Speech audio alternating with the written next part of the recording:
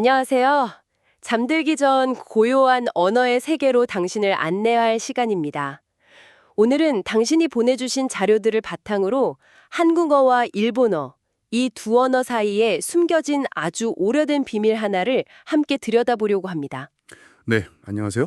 마치 오래된 숲속에서 같은 뿌리를 가진 두 나무를 발견하는 것 같은 그런 경험이 될 겁니다. 겉모습은 서로 다르지만 그 시작은 하나였던 소리의 흔적. 오늘 밤 그 고요한 발자취를 함께 따라가 보죠. 저희가 오늘 살펴볼 탐구의 시작점은요, 햇고 연구원의 1436 데이터베이스에서 발견된 아주 흥미로운 패턴입니다. 오늘의 주인공은 바로 한국어의 받침, 프 소리인데요. 네, 예를 들어 숲이라고 발음할 때처럼요, 입술을 가볍게 다물었다 떼면서 내는 좀 단단하고 닫힌 소리죠. 네, 맞습니다. 그런데 정말 신기하게도 이 단단하게 닫혔던 풀 소리가 일본어로 건너가서는 부드러운 흐 소리로 스르르 풀려나가는 현상이 발견돼요. 흐 소리로요. 네, 바람이 새어나가는 듯한 아주 부드럽고 열린 소리로요.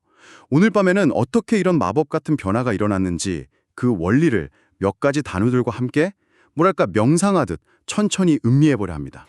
프랑 흐러. 사실 이렇게 그냥 놓고 보면 전혀 다른 소리 같은데요. 시작점이 같았다는 게 잘 상상이 안 가네요. 하나는 딱 터트리는 소리고 다른 하나는 그냥 흘려보내는 소리잖아요. 바로 그 지점이 오늘 이야기의 핵심입니다. 사실 아주 오래전 고대 일본어에서요. 하행의 소리들은 지금처럼 부드러운 H 발음이 아니었어요. 아, 그랬나요? 네, 오히려 파, 피, 푸, 페, 포처럼 피에 가까운 그러니까 우리말 푸과 아주 비슷한 파열음이었죠. 이것이 세월이 흐르면서 점차 힘이 빠지고 부드러워지는 순음 퇴화 과정을 겪게 된 겁니다. 수능 퇴화 과정.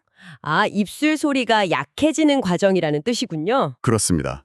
아주 좋은 비유가 있는데요. 한번 입술로 프 발음을 해보세요. 프. 프. 입술 안쪽에 압력이 싹 모였다가 팡 하고 터져나가죠.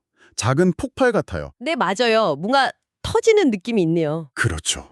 반면에 흐 발음, 흐는 어떤가요? 흐는. 그냥 입술이랑 목구멍에서 따뜻한 바람이 나오는 느낌. 압력은 전혀 없고요. 정확합니다. 바로 그거예요. 한국어는 음절 끝을 프 받침으로 꽉 막아서 그 폭발 직전의 에너지를 보존하는 걸 선호했습니다. 아, 하지만 받침 사용이 아주 드문 일본어의 환경에서는 달랐어요. 풀소리 뒤에 어쩔 수 없이 모음이 붙게 되면서 그 닫혀있던 에너지가 마치 뗏문을 연 것처럼 스르르 풀려나가 버린 거죠. 와. 수백 년에 걸쳐서 이 팡 터지던 소리가 스 하고 바람 빠지는 소리로 변한 겁니다. 아, 이제야 그림이 좀 그려지네요. 소리가 놓인 환경이 그 소리의 운명을 바꾼 거군요. 꽉 막힌 환경에선 단단함을 유지했고, 열린 환경에선 부드럽게 퍼져나갔다. 그럼 그 증거들을 한번 직접 만나보고 싶습니다. 좋습니다. 그럼 첫 번째 증거부터 함께 느껴보죠. 한국어에 깊다라는 단어를 한번 떠올려 보세요. 물의 깊이, 생각의 깊이 할 때 쓰는 말이죠. 그 어간인 깊을 발음할 때 입술의 그 긴장감을 한번 느껴보세요. 깊. 확실히 입술이 꼭 다물어지면서 소리가 안에서 딱 멈추네요. 그런데 이 깊다가 일본어에서도 같은 의미로 쓰이나요? 네, 놀랍도록 똑같은 의미로 쓰입니다. 바로 후카이, 후카이. 후카이의 첫 소리, 후를 한번 발음해 보세요. 후. 바람이 부드럽게 새어나오죠. 한국어에 닫혔던 깊의 에너지가 일본어에서는 후라는 열린 소리로 부드럽게 풀려난 겁니다. 와. 깊은 상태라는 그 추상적인 의미가 수천 년의 시간을 넘어서 이렇게 다른 소리의 옷을 입고 남아있는 거죠. 깊과 후. 정말이네요. 입술을 사용한다는 점은 같은데 하나는 에너지를 가두고 다른 하나는 풀어준다는 차이가 아주 선명하게 느껴집니다. 그럼 혹시 아주 구체적인 사물, 예를 들면 나뭇잎 같은 단어에도 이런 흔적이 남아있을까요? 아주 예리한 질문인데요. 바로 두 번째 단어가 잎입니다. 가을날의 낙엽을 떠올리게 하는 단어죠. 잎 하고 발음하면 피읍 받침이 아주 선명하게 끝을 맺습니다. 네, 그렇죠. 그런데 이 잎이 일본어로 가면 어떻게 되나요? 좀 상상하기가 어려운데요. 일본어로 나뭇잎은 하라고 합니다. 하! 네, 하. 한숨을 내쉬는 것처럼 아주 완전히 열린 소리죠. 입이라는 단어에 응축되어 있던 그 피의 에너지가 하라는 H 소리로 완전히 발산된 가장 교과서적인 사례라고 할 수 있어요. 잎이 하가 되었다.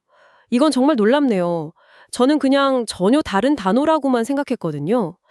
그럼 이런 패턴이 동사나 형용사뿐만 아니라 명사에서도 아주 일관적으로 나타나는군요. 그렇습니다. 이 패턴은 생각보다 더 깊고 넓게 퍼져 있습니다. 예를 들어서 나무가 빽빽하게 들어찬 숲을 한번 생각해 볼까요? 숲이라는 발음 자체에 뭔가 가득 차 있는 밀도감이 느껴지죠. 그렇죠.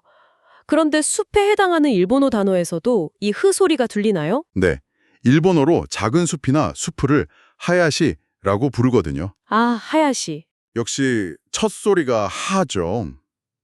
한국어 숲의 그 꽉 찬 느낌과 일본어 하야시의 바람 부는 듯한 소리가 무척 대조적이지만 그 시작점은 같았던 겁니다. 프가 하로 변한 흔적이죠. 듣고 보니 정말 신기하네요. 이제는 어떤 단어를 들어도 혹시 이 단어도? 하는 상상을 하게 돼요. 혹시 저희가 일상생활에서 자주 쓰는 말 중에도 이런 예가 더 있을까요? 물론입니다. 옆이라는 단어는 어떨까요? 내 옆에 있어줘 할 때 그 옆이요. 이 단어에서도 프 받침이 선명하죠. 옆? 네. 일본어에서는 뭐라고 하나요? 볕 혹은 주변을 뜻하는 말로 하타, 허란 단어가 있습니다. 하타. 네, 옆에 프가 하타의 하로 변한 아주 익숙한 패턴이 여기서도 보이죠. 하. 이제 슬슬 두 언어 사이에 숨겨진 암호 해독법을 익히고 계신 것 같네요. 정말 그런 것 같아요. 처음에는 그냥 우연의 일치일까 싶었는데 이렇게 일관된 패턴을 보니까 하나의 법칙이라는 확신이 드네요. 그런데 지금까지 살펴본 단어들은 비교적 흔한 단어들이었는데 혹시 조금 더 오래된 고어에 가까운 형태에서도 이 법칙이 적용될까요? 아주 중요한 지점입니다. 언어의 뿌리를 찾으려면 오히려 지금은 잘 쓰이지 않는 고어의 형태를 봐야 할 때가 많거든요.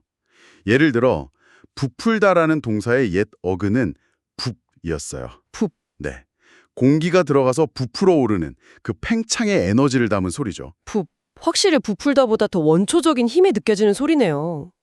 이 에너지는 일본어에서 어떻게 표현되었을까요? 일본어에서는 부풀다를 후쿠라무라고 합니다. 네, 마치 풍선의 바람을 후 하고 불어넣는 듯한 소리죠. 붓대에 담겨있던 그 팽창의 에너지가 후쿠라무라는 소리로 계승된 겁니다. 의미와 소리의 형태가 아주 절묘하게 맞아떨어지는 경우죠.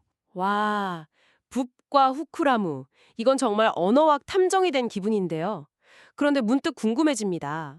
이 법칙이 너무 명확해 보이는데 혹시 예외는 없나요? 아니면 이 법칙에 들어맞는 것처럼 보이지만 사실은 아무 관련 없는, 뭐랄까, 가짜 친구 같은 단어들도 있지 않을까요? 훌륭한 질문입니다.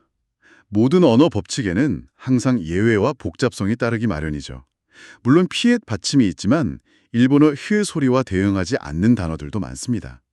언어는 수많은 다른 경로로 서로 영향을 주고받으니까요. 하지만 중요한 것은 이것이 단순한 우연이 아니라 수백, 수천 개의 단어에서 일관적으로 나타나는 강력한 경향성이라는 점입니다. 아, 경향성이군요. 네, 이것은 두 언어가 아주 오래전, 아직 갈라지기 전에 공통 조상 언어에서 같은 단어를 공유했다는 아주 강력한 증거가 되는 거죠. 그렇군요. 100% 맞는 만능 열쇠는 아니지만 잠겨있던 수많은 문을 열어볼 수 있는 아주 중요한 열쇠인 셈이네요. 그럼 그 열쇠로 몇 개의 문을 더 열어볼까요? 우리가 매일 하는 행위, 옷을 입다는 어떻습니까? 좋습니다. 입다의 입 역시 닫힌 소리죠.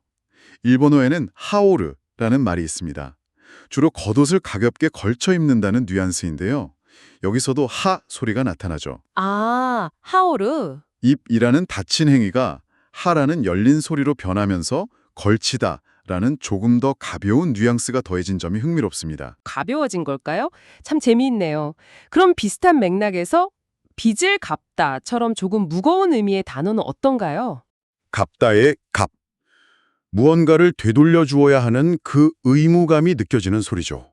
이 역시 일본어에서는 빚이나 대금을 치른다는 의미의 하라우와 연결됩니다. 갚, 하라. 네. 소리는 극적으로 변했지만 치러서 없앤다는 그 항의의 핵심 의미는 소리의 변화 속에서도 굳건히 살아남은 거죠. 이제 정말 패턴이 몸에 익는 것 같습니다.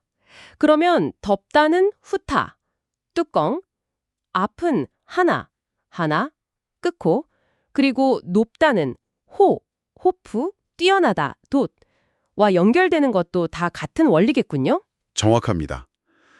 덮는 행위가 덮개라는 사물로, 가장 앞이라는 위치가 가장 앞에 튀어나온 코로, 높은 상태가 높이 솟은 도트로 의미가 조금씩 확장되고 변주되었지만 그 뿌리에는 피읍과 히읗의 대응관계가 선명하게 남아있죠. 10가지 단어의 여행을 마치고 나니 처음에는 정말 전혀 달라 보였던 두 언어가 사실은 한 뿌리에서 자라난 형제였다는 사실이 무척 가깝게 느껴집니다. 네, 맞아요. 한쪽은 뿌리가 가진 강하고 단단한 에너지를 피읍이라는 형태로 간직했고 다른 한쪽은 새로운 환경에 적응하면서 그 에너지를 히읗이라는 부드러운 숨결로 풀어낸 거군요. 완벽한 비유입니다.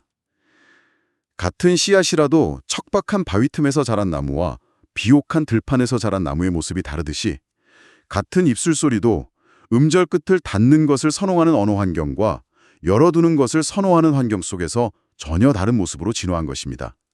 이것이 바로 환경적 음운 변화 법칙이 보여주는 아름다움이죠. 오늘 밤 단단하게 닫히는 피읍 소리와 부드럽게 열리는 히읗 소리를 통해 두 언어의 깊은 연결을 느껴보았습니다.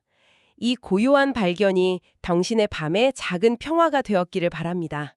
잠들기 전 이런 생각을 해보는 건 어떨까요? 우리가 오늘 살펴본 것은 단 하나의 입술 소리에 불과합니다.